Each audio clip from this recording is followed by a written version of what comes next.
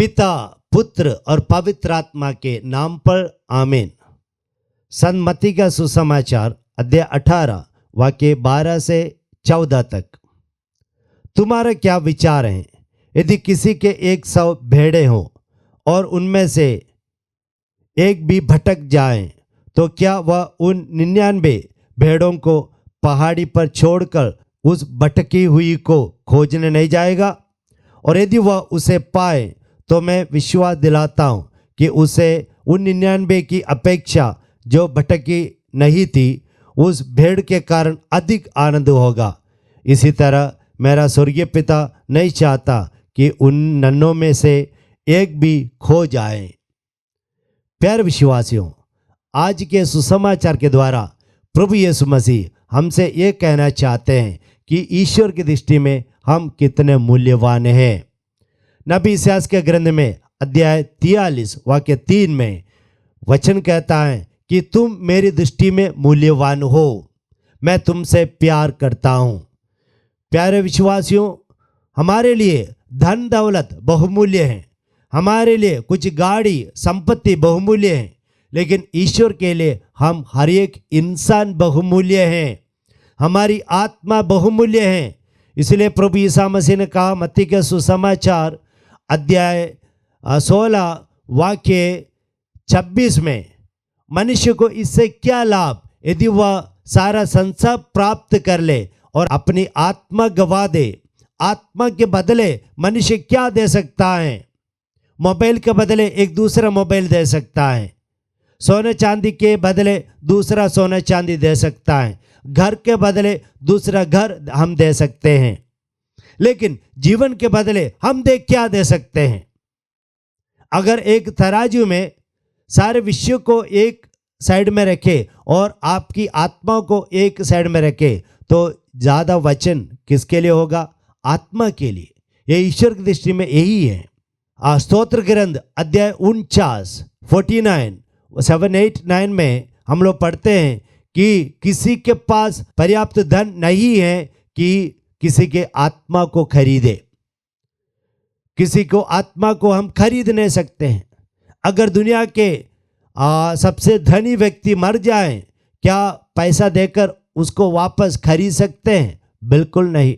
पाकिस्तान के सबसे धनी व्यक्ति उनके 19 आयु के बेटे के साथ टाइटैनिक देखने के लिए समुद्र में गया और वे दोनों मर गए।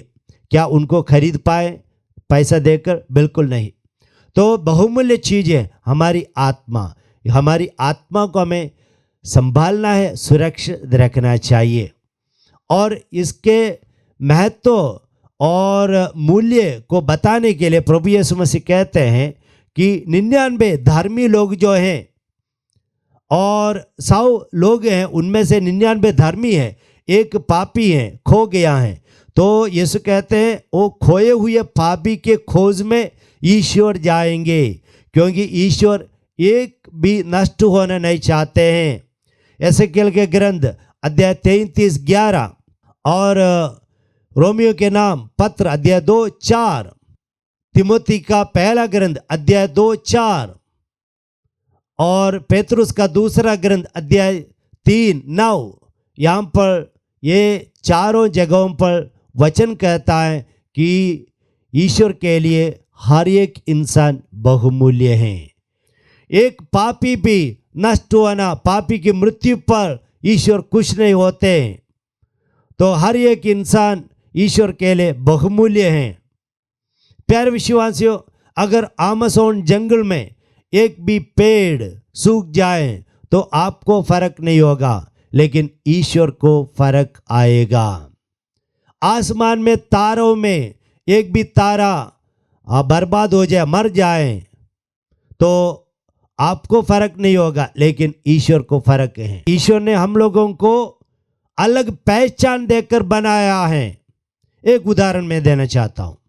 अगर मेरे घर में हम 10 बच्चे हैं और एक दिन शाम को केवल 9 बच्चे घर में आए, क्या मेरे माता पिता ऐसे बोलेंगे कोई बात नहीं, 9 बच्चे हैं ना, एक ही खो गया है, वो खोने दो?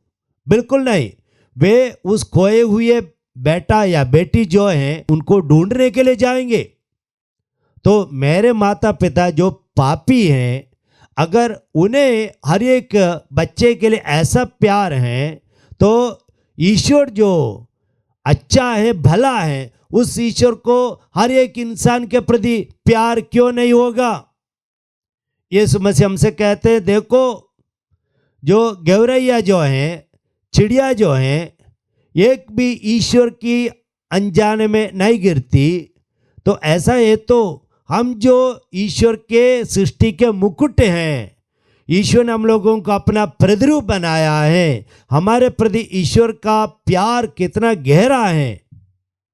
मत्ती के सुसमाचार 10 वाक्य 30 में कहते हैं, हमारे सिर के बाल बाल गिना हुआ है, इतनी सूक्ष्म दृष्टि ईश्वर को है। ईश्वर कहते हैं, माता पिता भी हमें भुला भी दे। स्तोत्रगार 27 वाक्य 10 में, ईश्वर कभी नहीं हमें भूलेंगे नहीं, क्योंकि हम ईश्वर की दृष्टि में बहुमूल्य हैं। इसलिए आपके लिए खुद आप बहुमूल्य होना चाहिए, और आप हर एक इंसान को भी इसी प्रकार देखना है, इसी दृष्टिकोण से देखना चाहिए।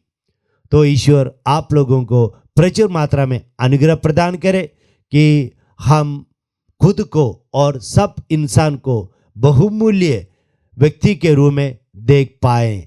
पिता, पुत्र और पवित्र आत्मा के नाम पर आमीन।